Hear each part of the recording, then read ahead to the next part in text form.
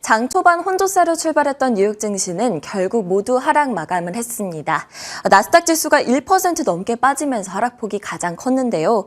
에너지 섹터 등 몇몇 섹터들은 상승을 했지만 빅테크주들이 하락폭이 크면서 이 지수들을 끌어내렸습니다.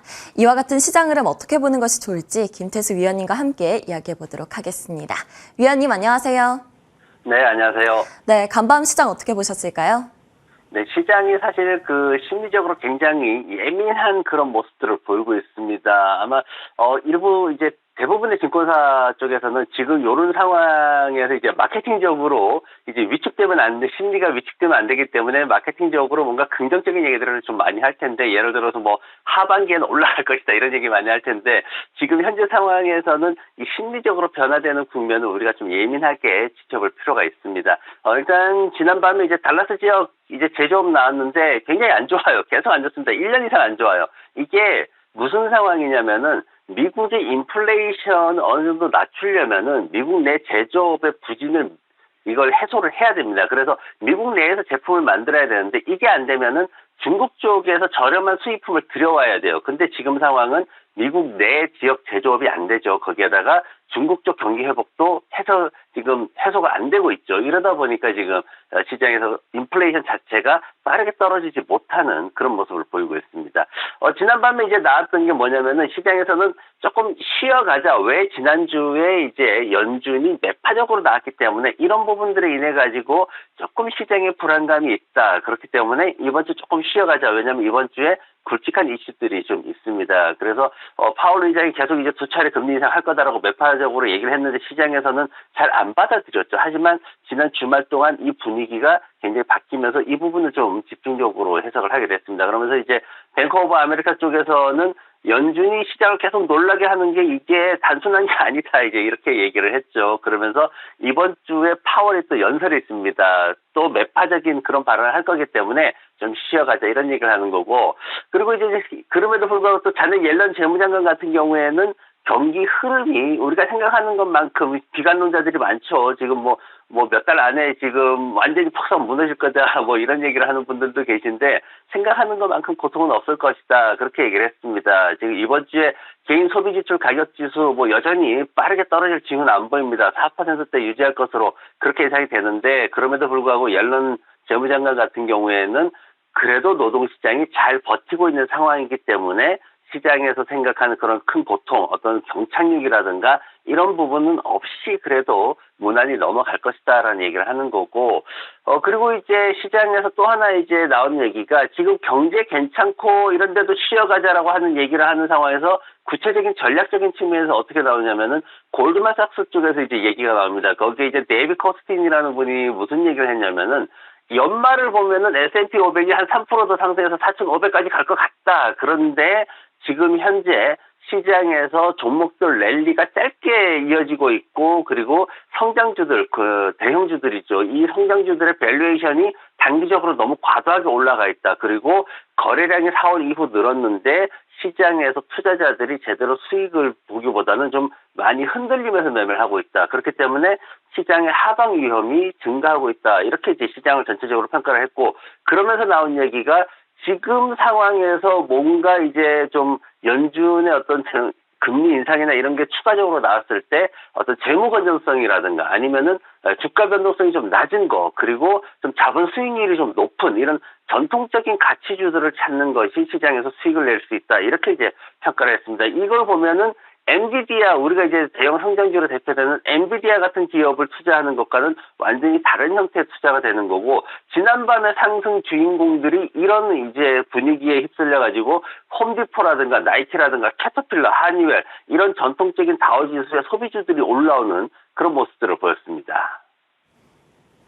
그리고 이제 이번 주에 22에서 이제 파월 의장이 연설을 합니다. 미국 동부 시간 기준으로 해서 28일, 29일 이렇게 이틀 동안 스피치가 있는데 아무래도 은행권 규제 정책 그리고 고금리 상황 이런 것들을 이제 계속해서 얘기를 할 텐데 역시 매파적으로 발언할 것이다라고 그렇게 예상이 되고 있고 28일 날은 또 하필이면 은행들 스트레스 테스트 결과가 나옵니다. 그래서 이 부분도 좀 시장의 변동성을 키울 수 있다라는 거 염두에 두셔야 되고 이번 주에는 화요일 날 월그린이 실적 발표를 하고 목요일 날 나이키가 실적을 발표하기 때문에 이 부분도 또 우리가 주목을 해야 될 것 같습니다.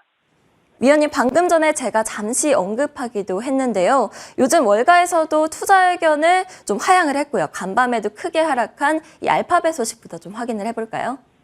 네, 알파벳에 대해서 이제 매수에서 중립으로 UBS에서 이제 전환을 했죠. 근데 이제 목표가는 올렸습니다. 123달러에서 132달러로 올렸죠. 이게 뭐냐면은 지금 현재 수준의 가격은 인정을 하겠다. 하지만 앞으로 더 올라가는 것에 대해서는 좀 미지수가 있다. 이제 이렇게 평가를 하는 건데, 근데 더 중요한 건 뭐냐면은 그 내용이 인공지능을 건드렸습니다. 지금까지는 인공지능이 좋다 뭐 투자를 하면은 괜찮다 좋다 해서 주가를 올렸는데, 투자한 거에 대해서 과연 얼마나 뽑아 먹을 수 있느냐, 수익을 얼마나 낼 수 있느냐라는 부분에 있어가지고 수익성이 그렇게 기대치가 높지 않을 것 같다. 오히려 마진에 대한 우려가 생기고 있다. 이제 이런 얘기를 하게 된 거고, 또 하나는 뭐냐면은 구글 같은 경우에 만약에 이제 그 인공지능을 통해 가지고 이제 이걸 고객이 이제 서비스를 이용하는 사람이 막 서치를 하는데, 서치 쪽에서 구글 검색에서 이제 수익을 많이 내야 되는 입장인데, 문제는 이걸 검색을 하다가 갑자기 메타 쪽으로 이렇게 옮겨가는 상황이 생긴다라는 거죠. 그렇게 되면은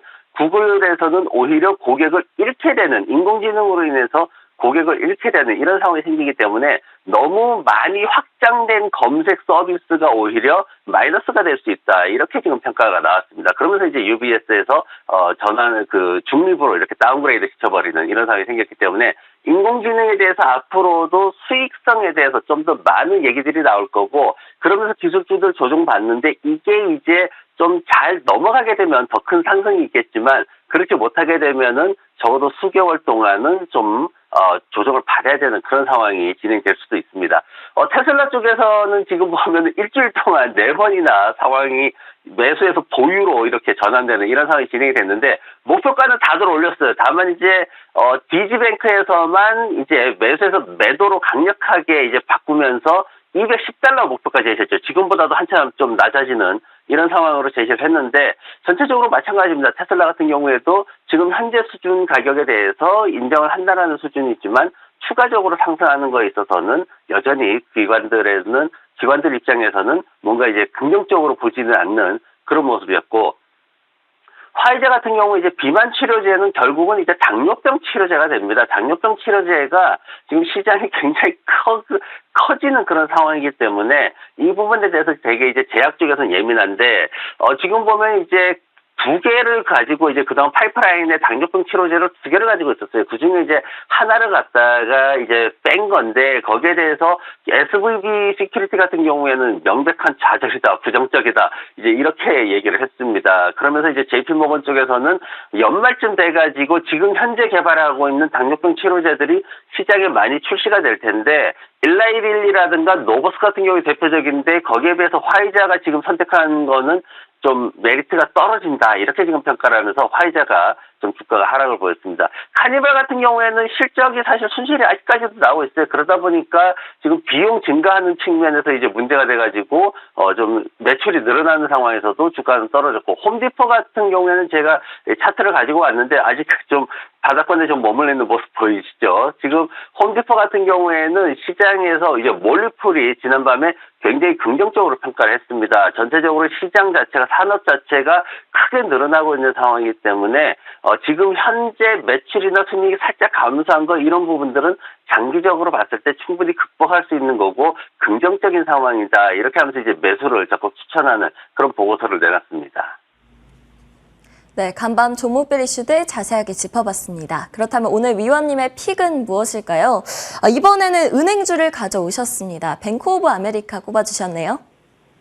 네, 맞습니다. 조금 전에 제가 설명드렸듯이 지난밤에 월가에서 분위기가 완전히 이렇게 바뀌는 모습이 있었다라고 말씀을 드렸죠. 그러면서 대형 성장주가 아니라 전통적인 가치주 쪽으로 들어오는 모습입니다. 그러면서 다우지수 쪽에서도 은행주들, 아까 말씀드린 소비주하고 은행주들 쪽에서 올라오는 모습을 보였고, 뱅크 오브 아메리카는 우리가 지난번에도 한번 봤습니다. 지금 현재 상황이 어떠냐면은 퍼가 2016년도 이후에 가장 낮은 상황입니다. 8배, 8.4배 정도밖에 되지 않고, 순자산 비율 같은 경우에도 0.9배밖에 되지 않아요. 주당 가치보다도 낮은 상황에서 지금 거래가 되고 있어서, 어차피 밸류에이션이라는 거는 가격이라는 거는 서로 일치되는 상황까지 와야 되기 때문에 주가는 더 올라갈 수밖에 없는 그런 상황이다라고 평가가 되고 있고, 지난 4월 달에 워렌 버핏 같은 경우에도 뱅크 오브 아메리카 주식은 안 팔았어요. 은행주도 정리할 때 안 팔면서 했던 얘기가 굉장히 훌륭하고 이 회사의 CEO를 신임한다 이렇게 얘기를 했기 때문에 기대치가 높아가고 있고, 분기별로 봤을 때 지난번에 이제 매출이 13% 올랐고 순이익도 보면은 지금 좀 이렇게 상승하는 그런 모습을 보였는데 한 14센트 정도 상승을 했거든요.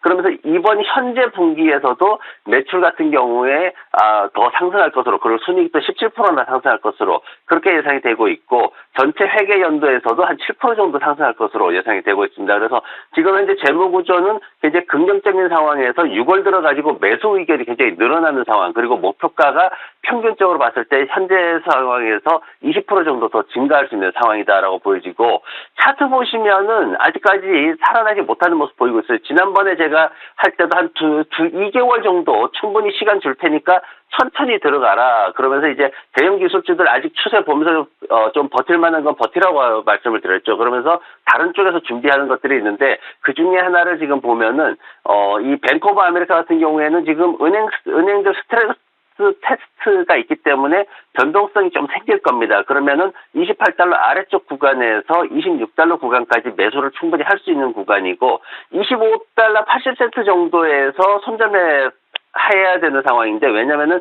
여기에서 차트가 흘러내리면 24달러 구간까지 내려가기 때문에 그때 재매수 타이밍을 다시 고려를 해야 됩니다. 그래서 목표가는 1차적으로 36달러, 그리고 2차적으로는 42달러까지 지난번에 방송했던 내용 그대로 유지하면서 앞으로 요 종목 좀 관심을 가지시면 좋을 것 같습니다.